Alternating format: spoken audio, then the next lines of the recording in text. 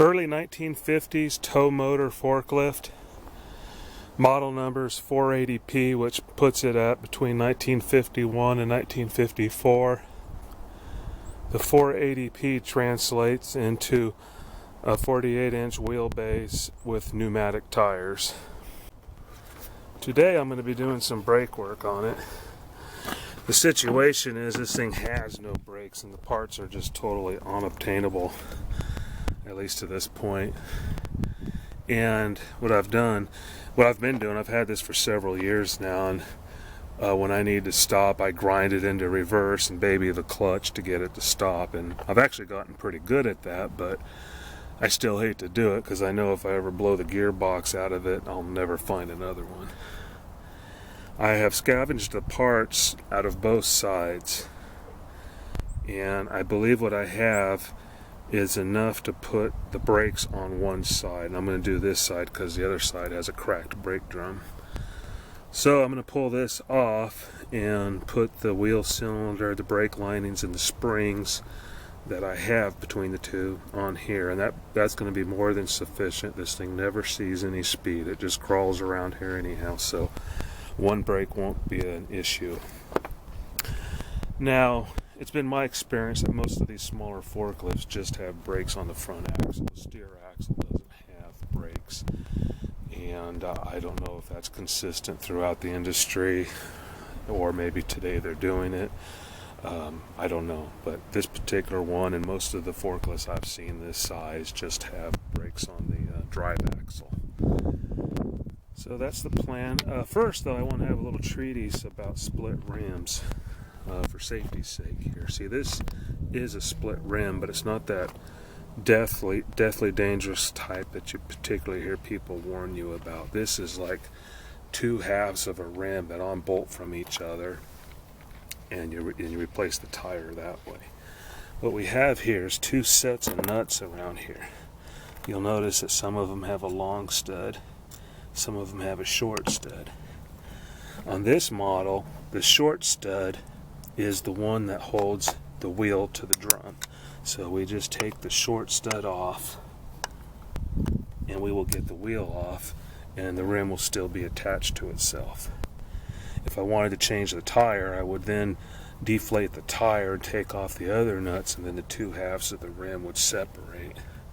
So it's a pretty safe design. The only thing you don't want to do is take them all off at once, because then you have 100 plus psi separating the two halves of the rim right away, and that would be a very dangerous situation. So you always want to deflate the tire before you separate the rim.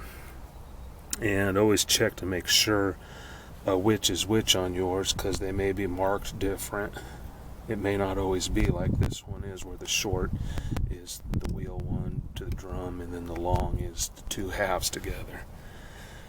Now if you got them all wrong, took off, say these, every other one, nothing's going to happen, because even though those two hold the wheels together, the ones that hold the wheel to the drum are still holding it together. So you would just put them back on and then take off the other ones. But just under no circumstance would you pull them all off, as long as you have this style of wheel. And I do have an example of the other type I'll show you real quick while we're on split rims. This is a more typical style of split rim. It has a locking ring for the bead, bead ring, and then there's a locking ring inside that locks that outer ring to the wheel. And you've probably heard stories. If not, I'll tell you generically. You can look them up if you're fascinated by that, but these can and will kill you if you don't know what you're doing. Don't mess with them.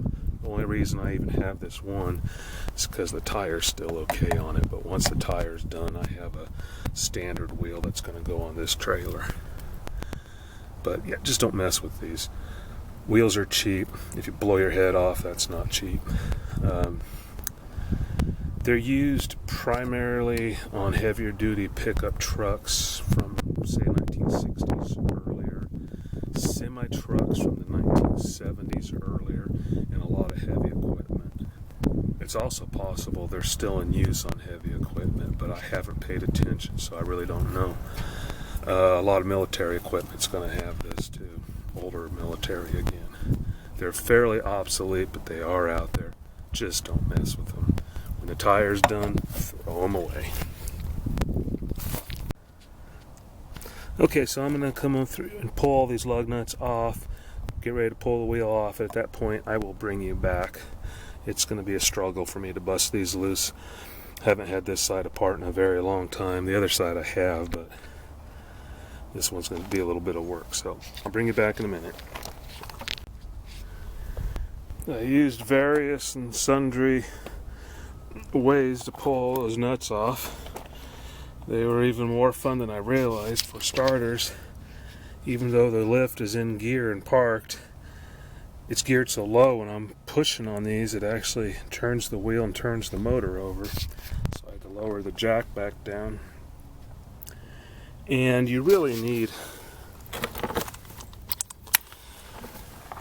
1-inch impact for doing this type of work. I don't have one of those, but I don't have the air to run it anyway, so it's a non-issue. But I had to adapt that socket, which is 1.5 inch, all the way down to 1/2. And obviously I just don't have the air to bust that loose, so I had to use manual ways to break it loose, and then the air to pull them off. Look at this. It actually broke my Craftsman 1/2-inch breaker bar. Sheared that off pretty easily, actually. But of course it was the last one. The other ones weren't too bad, but I get to the last one and it's on there good. And this is the Made in America stuff, not the later Chinese junk that Sears put out towards the end. I guess I'll have to see if Ace is as good as Sears is when it comes to exchanging that stuff. But in the end, large pipe wrench, bit into that, jumped up and down on it and got it off.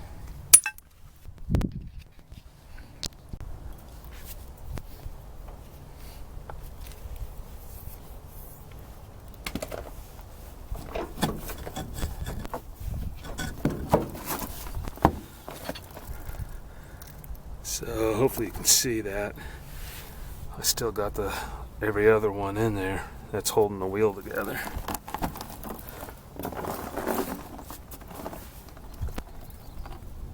So it's just 2/2 of a rim.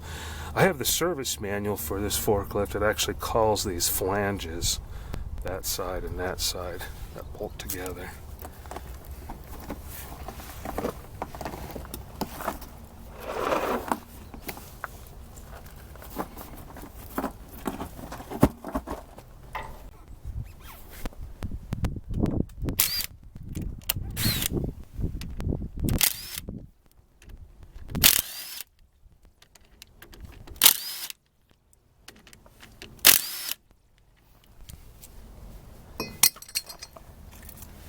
I will definitely use anti-seize when I put it back together.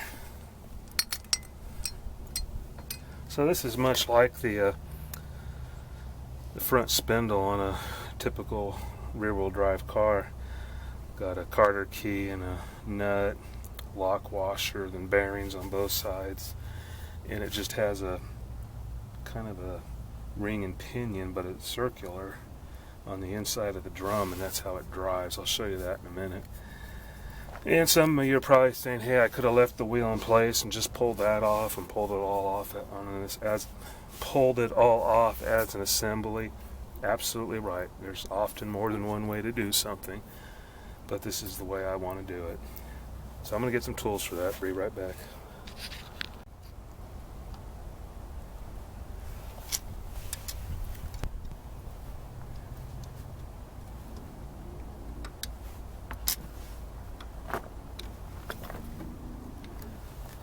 Towmotor's long since out of business. They suffered a sad fate that many businesses go through, where the competition buys them out and shuts them down.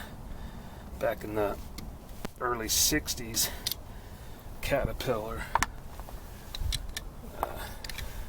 bought Towmotor out and assured the employees, you know, that they'd still have a job, but they downsized it really fast and shut it down shortly after.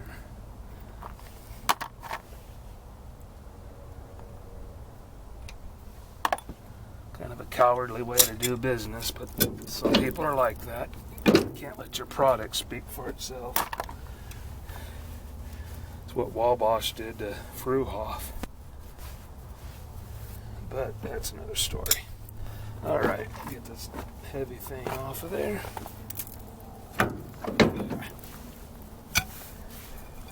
So, let me put a rag down there.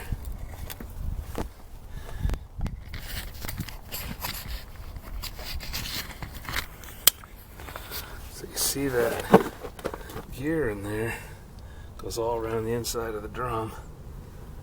And then there's a pinion gear here that goes to the axle, and that's what drives it. And this is a dust shield, and behind that's where the shoes and the wheel cylinder go, and you can see right now they're not even on there.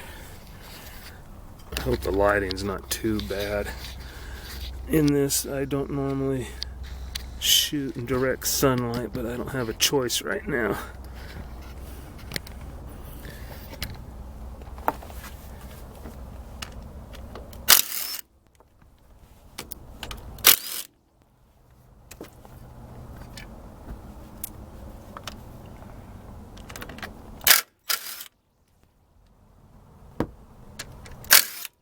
Just 4 bolts, and the dust shield is ready to come off.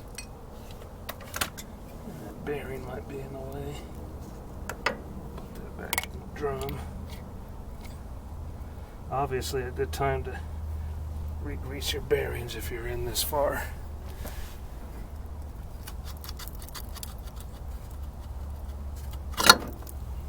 Okay.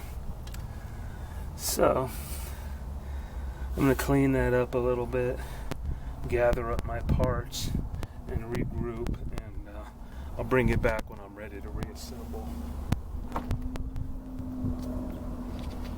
Okay, I'm ready to put the wheel cylinder in. I'm not going to film it though, because I have to get behind here to bolt it on, and I will be in the way of the camera. But you can see where it bolts up like this, that I'll be able to get to the bleeder screw and the brake line clearly from the back side, no issue. I don't have the brake line installed at the moment. I did want to also point out another safety concern too. If you ever work on any of this old stuff, when you're cleaning it up, be sure you don't inhale any of that dust, because you can be darn sure there's asbestos dust in here. From 1951 to 54, absolutely. I think asbestos was banned in like 75, and then of course there was a lot of stock that had to run out before it was actually gone. So this old, it was definitely asbestos. I'll bring you back in a couple minutes. Alright, we're ready to reassemble. These little adapters here go into the wheel cylinder on each side.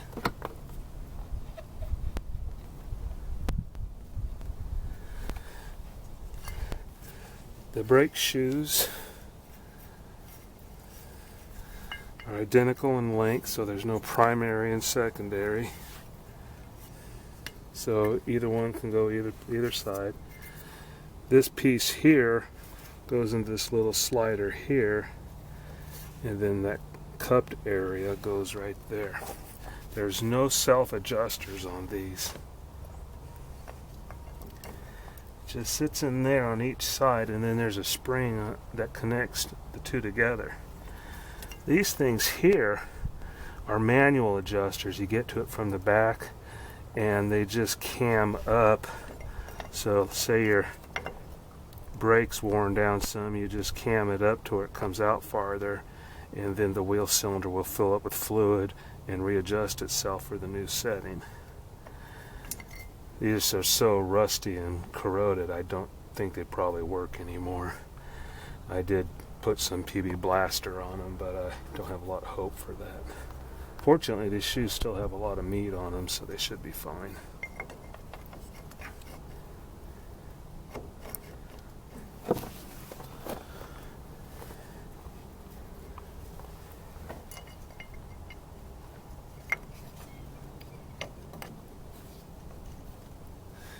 Okay, let's see, the skinny one, there's 2 springs, and then the skinny one goes down here, because see there's a groove right there, and that's where the center of this one goes. So I think I'll do that one first to help me hold it together.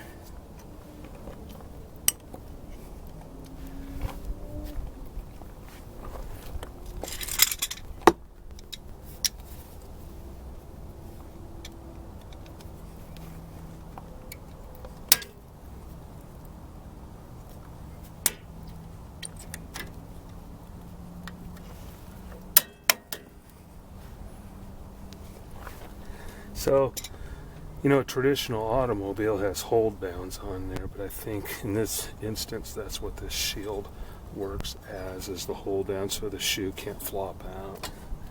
You know, we're talking about a forklift here and an old one, so it's not a high-speed machine.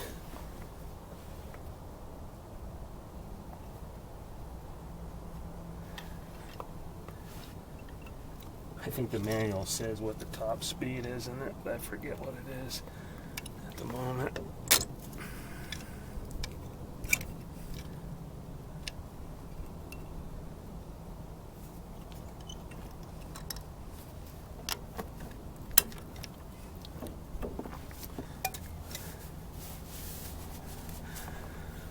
That's all there is to it. Little adapter. The shoe rides in there. The spring with the 2 spring ends, the skinny spring in the middle, and the wheel cylinder. Now all the small bolts on this, the bolts that hold the wheel cylinder in, that hold the dust plate on, and then the hub cover, they're all 9/16. So I should be ready to reassemble now.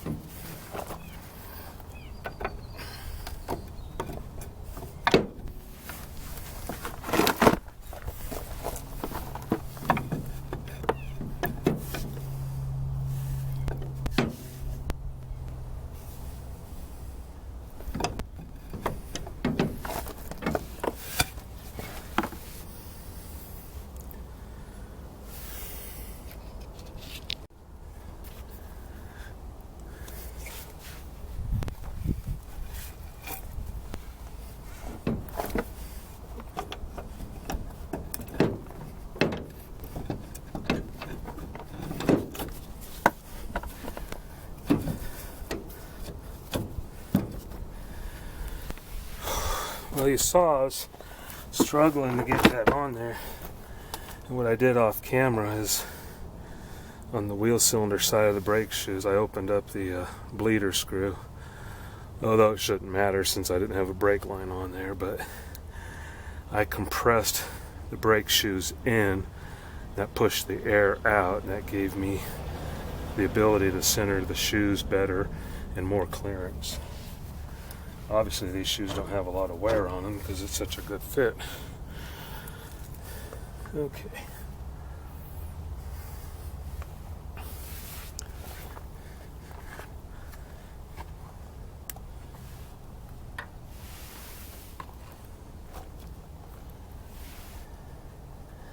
Just like mini cars.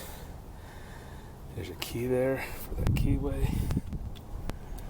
And this thing is unusual. I noticed that last time I had the other one apart. It's actually drilled through in two places, there and here. So the Carter key can go either way, whichever works best for you.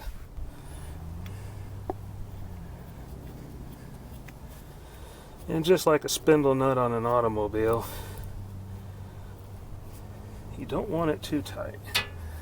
You just want it, you know, some people say hand tight. I go a little beyond that because I don't want any slack in there. But you'll see what I do. I tighten it down, and that sets the bearings and the races and everything. Then I'll back it off, and then it's hand tight. I go just a smidgen more. And I may have to move it one way or the other to get the Carter key through there, but that's the way I like to do it.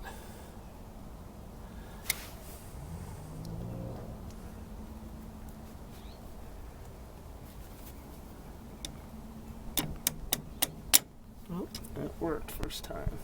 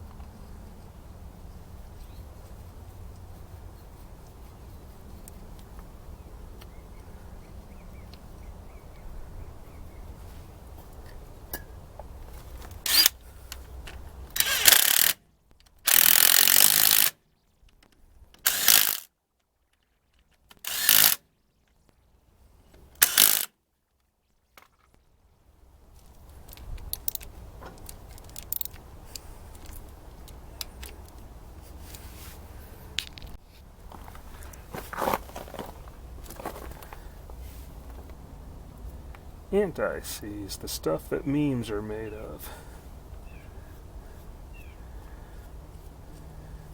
This bottle's getting pretty dried out.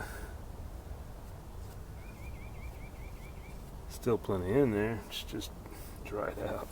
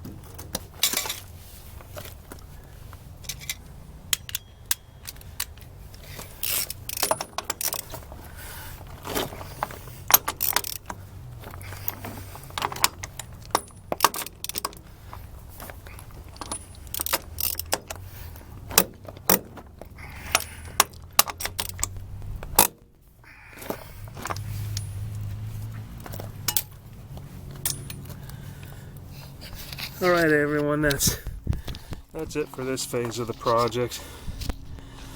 Got the brakes back installed and ready to hook back up. I didn't do a video of it, but I did replace the master cylinder. It's buried in there. But anyway, it's got a new master cylinder, so now I just got to run a line from that to the wheel cylinder, then bleed it, and I should have a brake. Now, I failed to mention the engine. The power plant's a gasoline Continental F140 flathead. It's a good running engine, but like everything else on this lift, it's totally clapped out. And look at how oblong that hole is. Everything on this lift is like that. And you can hear everything rattling in the engine when it's running.